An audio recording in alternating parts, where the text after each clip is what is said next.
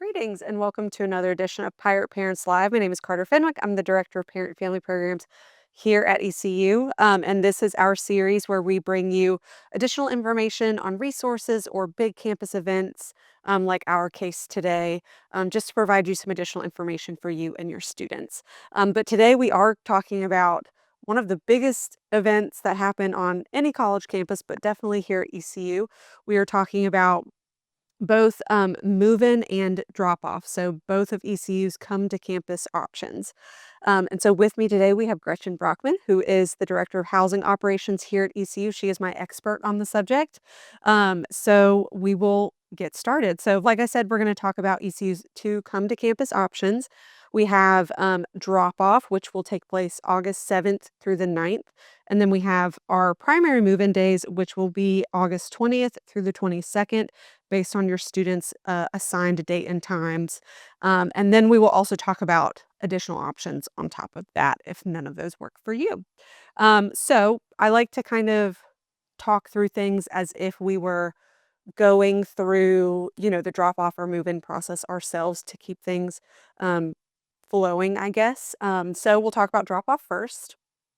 Um, so for thinking through how we're arriving, if we were students and families moving in, can you, Gretchen, give us a brief overview about what drop-off is and how, not how, but who you recommend using it? Sure, sure. Well, first of all, Carter, thank you for having me. I'm glad that we are able to have this opportunity to talk with parents and students and families about our come to campus options.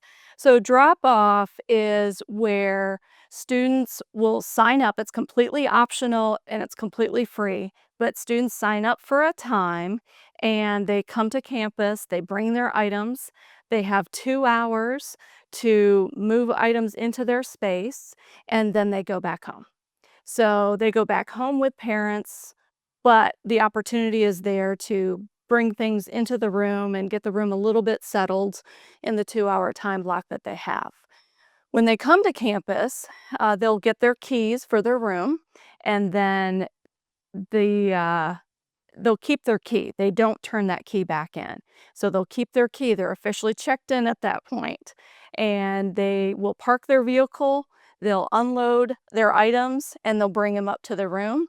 They'll lock their door when they leave, and then they'll come back to campus on Friday, August 22nd after 4 p.m. when our primary move in is complete. Yes. Can you talk a little bit about that 2-hour window? Because I know I've gotten some questions from families about it, so I just want to have you speak on that 2-hour window. Yes. So the 2 hour window is very specific because we have a limited number of spaces and slots for students to utilize drop off. We do try to have only a certain number of people in any given certain amount of time coming in part because drop off is meant to be an added convenience for our students. The elevator lines aren't as long. There are carts that are available. There's parking that's available. So the intent is to be convenient and helpful for families in getting items into a space. So we do limit the amount of people that are in our buildings at any given time with drop off. So the 2 hour limit is there so that folks can get in, do what they need to do, but then they exit and vacate the parking spot that allows another person to then come in and do the same thing for their student. Yep. I was talking to a parent and they were like, 2 hours, like we've done move-in for another kid. 2 hours does not seem like enough time. And because of those limits you put on the number of people who are dropping off or participating in the drop-off process, 2 hours during drop-off is a lot more bang for your buck than 2 hours during move-in. Absolutely, absolutely, because you're not waiting for the elevator the same way that you might be on the primary move-in day. And so the drop-off definitely is an advantage for families to utilize, um, because it isn't as crowded and isn't as busy on campus. It's busy, there's still stuff going on, and there's definitely activity, but it's a little bit less congested on campus, and so you're able to do a lot in those 2 hours. And the idea isn't that you get the room all set up and perfect necessarily. You can do some of that when you return on Friday late afternoon.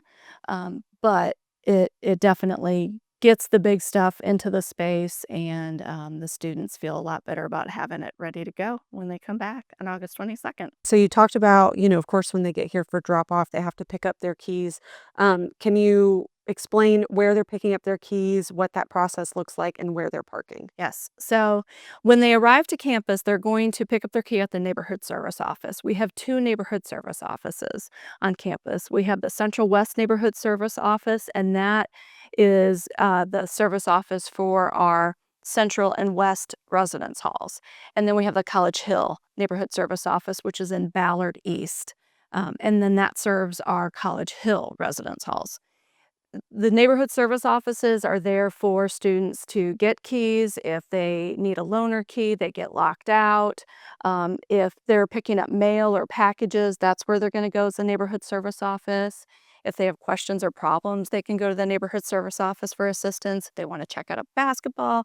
So our neighborhood service office is really a great resource for our students. But they'll pick up their key at the neighborhood service office assigned to them, and they will then their vehicles will be parked. They can head back to their vehicle, get their items, and then take it on up to the room. And as I mentioned earlier, you hang on to your keys. You don't turn those back in. Yes, that's very important. So what if someone misses their scheduled drop off time? Because it is very, you have to sign up ahead of time, and because we are limiting the number of spaces that are open, if somebody misses their scheduled drop-off time, I encourage you to call our front desk to find out if there is space available for your hall at a new time that you might want. We are constrained by our time slot availability, and so if you miss your window, it might be a little tricky to get into another space. In that case, though, use one of our primary move-in options or after-hour options, and we'll get you to campus. Yes, you're not going to move in. um, okay, so when students are here participating in drop off, will there be dining locations or anything like that open? There will be very minimal things open on campus. So again, you only have the 2 hours. It's not meant to explore campus necessarily. Depending on the day and the time, there might be some places that are open. Our regular business operations are going to be open on that Thursday and Friday. But yeah, there's not going to be a whole lot available during that time. So it really is meant as an opportunity to bring some stuff in and then head back home. Yeah, we're prepping for the fall. I mean, early August is, prep. It is, it is. We're getting ready for everybody to come back to campus, and we're excited about that, but it's difficult to have a lot of different things open. But offices are open if somebody had a question from financial aid or the One Card office on that Thursday or Friday time. Okay. As we wrap up our section on drop off, um, I think it's important to remind everyone, what do students do with their keys when they're leaving drop off, and then when do they come back for classes in the fall? So if you participate in drop off, and again, remember this is an optional opportunity, this is not a required opportunity. So drop off is optional. Your keys go back home with you, and keep them safe. Just make sure you bring them back with you so that you can get into your room, into your space when you return to campus. You return to campus on Friday, August 22nd after 4 p.m. And we'll talk about primary movement in a little bit, but the reason we need you to wait until after 4 p.m. is because you will not be able to access any spaces on campus. You won't be able to enter into campus without your primary move-in pass, and you won't have one because you did drop off. And so it definitely is, you definitely need to wait until that 4 p.m. or later on August 22nd on that Friday. Okay, awesome. So that is overview of drop off. Again, like Gretchen said, optional, but really great for those who do participate.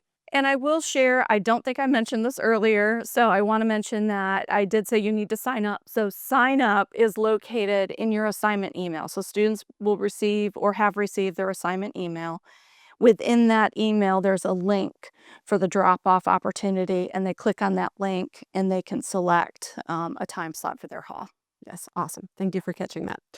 Okay, so now we're going to transition. We talked about drop off. Now we're going to talk about those primary move in days, which take place Wednesday, August 20th to Friday, August 22nd.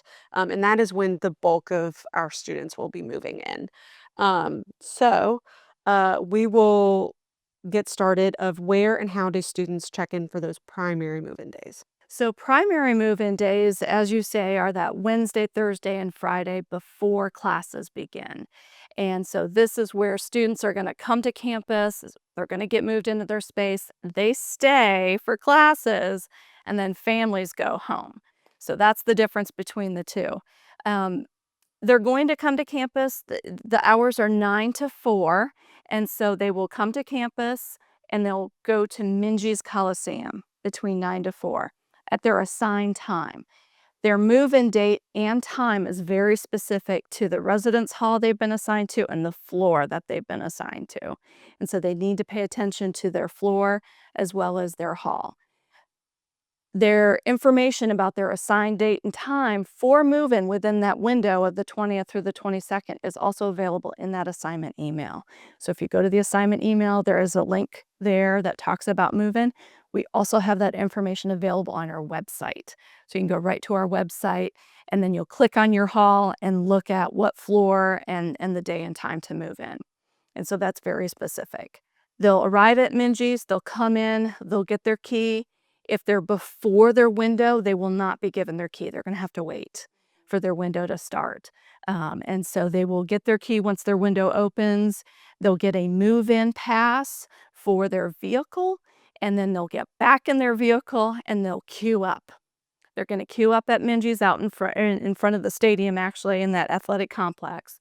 So they'll go in front of the stadium and queue up. They'll be released when there's room available for them to go to their unloading zone. We have what's called a stop, drop, and roll uh, move-in, which means that the driver never gets out of the car. And so you roll up to your specified unloading zone. The driver stays in the vehicle. Anybody else can get out of the car and assist, but you're going to move all your stuff out to the curb. We'll have some carts available. We'll have some volunteers available. You load that stuff up and then you take it to your room. Once the car is empty, again, the driver's still in the driver's seat. The driver will then take it to a remote lot, park, and our remote lots are all walkable back to the residence hall. So we just want you to be able to unload your items in an unloading zone, move your car on down, and then you can go back up to the room to assist. So that's kind of the flow of what the day will look like. There is no time limit for setting up the room during primary move-in, but you do need to pay attention to the specific day and your time frame for move-in. Yeah, for showing up to move in. To Yeah. show up. Yep. And biggest thing is, again, lots of staff are out there volunteering and helping direct traffic and answer questions. And so I think what you said, one of the biggest pieces is do not go to your residence hall directly. Go to Minges Coliseum during these days so you can get within flow of traffic and you're not going the opposite direction, fighting the hundreds of other cars going in the flow to their residence hall. Absolutely. And it really will be difficult to even enter onto campus in any location, whether you're Central West or you're College Hill, without having gone to Minges first anyway. Like they will turn you around and make you go back out. You absolutely need that move-in pass to flow through and around campus. Yep. Yep. And it is a big operation. Okay, so you had actually covered my next few questions about unloading and parking with stop, drop, and roll and the remote parking lots.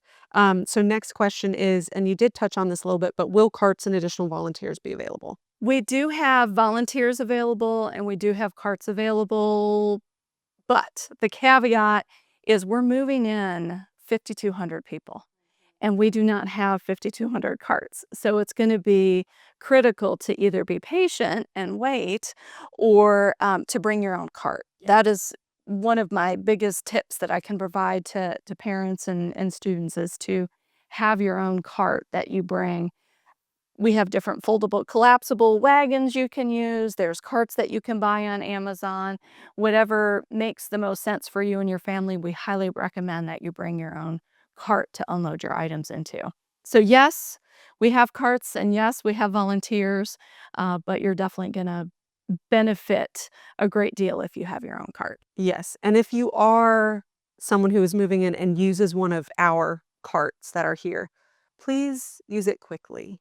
Don't hang on to it when you get to your residence halls, please, or get to your room. Please think of everyone else who is coming behind you and let them take the cart. Yes. And don't hold on to that, please. Yes. Yes. That hurts everybody when folks aren't returning those.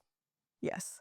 Okay, so what if during these primary move-in days and times, what if someone misses their scheduled time? That is a great question. So, uh, I talked about the window and when to arrive. If you're not able to arrive during your window of time or the day or time, you can always come after. You may always arrive after your window. You just cannot arrive before.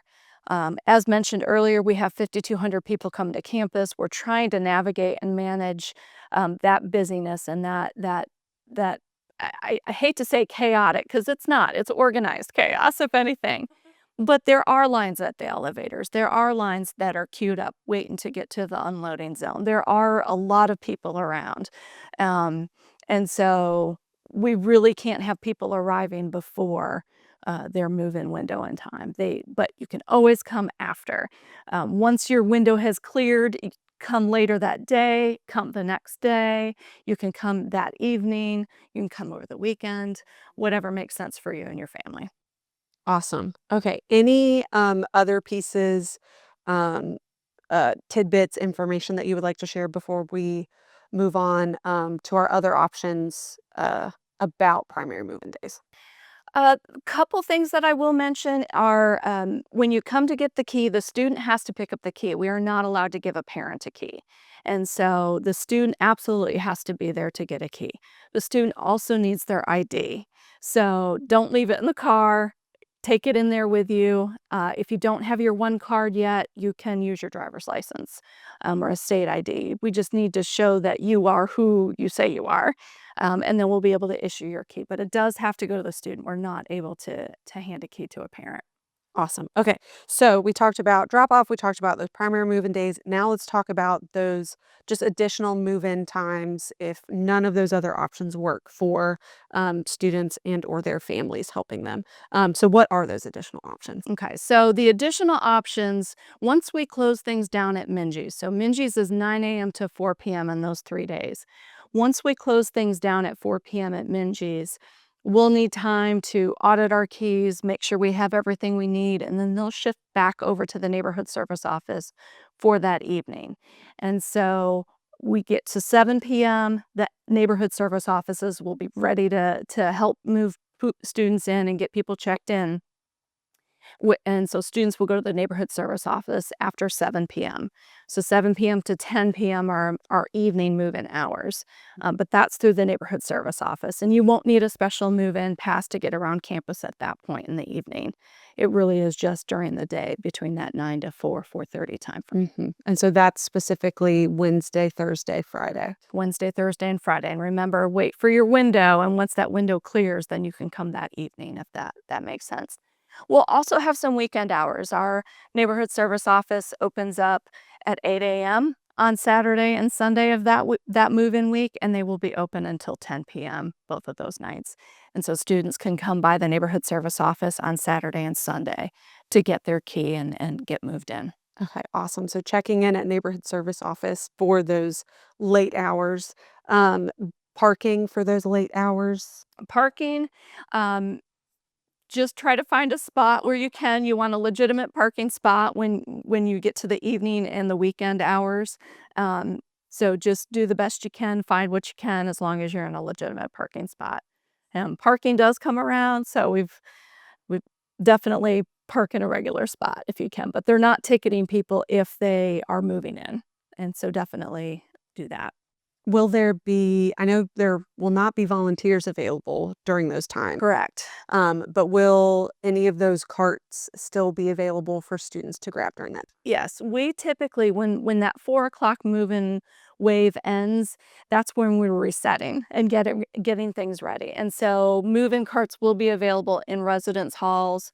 There are no volunteers, as you mentioned, but you'll be able to hopefully find a cart and grab one and unload from your parking spot. Mhm. And this question, I think we will ask now, obviously, but could definitely apply to any of the move-in options, any of the come to campus options. Are there any limitations to how many family members or guests or friends can students have helping them move in? We at ECU do not put a limitation on that. I will say that it's going to be hot. And so this should be a task that you're doing as opposed to an event. It is an event, I'll admit. But if there are grandparents who um, might have some mobility challenges or might struggle with the heat that's happening, that may be some folks that should stay home and then come for family weekend a few weekends later. Pets are not allowed in our residence hall, and so I encourage everyone to leave pets at home because, again, otherwise they're just sitting outside in the heat, or whatever weather we might have, if it's raining or whatever it might be. And so, I, again, not a limit per se, but really be mindful and thoughtful about who's coming to campus to help get folks moved in and settled. Yes, like you said, it is an event, moving to college, like moving into your first residence hall is an event. But I think it is great to remember, okay, or at least think through who would I typically have with me if I moved my apartment or my house. It is, you know, I wouldn't have grandma help me move if I were just like moving homes. Sure. So I wouldn't want grandma with me moving into my residence hall. Same for pets. I mean, I guess if you're moving your home, your pet is going with you, but those same rules apply of heat, mobility, standing time, all of that is important to keep in mind. Okay, so we've talked about all of the different move-in and drop-off options, but we do have some populations of students who are living in LLCs or in the marching band or who are athletes. So they may be getting additional move-in information. Can you explain some of that? Yes. So if you are a student who are in one of these specialty populations, athletes, marching band, living learning communities, you're going to be given directions from your program director. So from your academic director for your LLCs or from your coach or a coach support person. So follow those instructions. You have very specific reasons to be on campus before your primary move-in date that's been assigned. And so you need to follow the directions of those folks. So if you're in a varsity sport, primarily football, living learning community, honors, and marching band, look to your program director for more information about your move-in. Great. So, yes, we will change gears and we'll talk about just all of the good, important things to keep in mind with moving in on campus. You've already covered carts and we've talked about, who should be with you. What other tips do you typically give people? The big thing is just watch the weather and pay attention to what the weather will be like. Our move-in days are our move-in days because classes start August 25th, and so students do need to get here. But pay attention to that weather and see what might be coming. We are in Eastern North Carolina, and so we do get thunderstorms and rain showers and those kinds of things. But it also can be very warm, so stay hydrated, bring water. We will have water stations available throughout campus that folks can stop and get some water and stay hydrated that way. But always, again, just like with the carts, having your own water bottle is always great because then you're not relying on something else.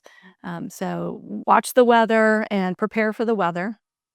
And then um, have patience. This is a very exciting time for our students, but it also can be emotional for them. It can be emotional for the families and the parents.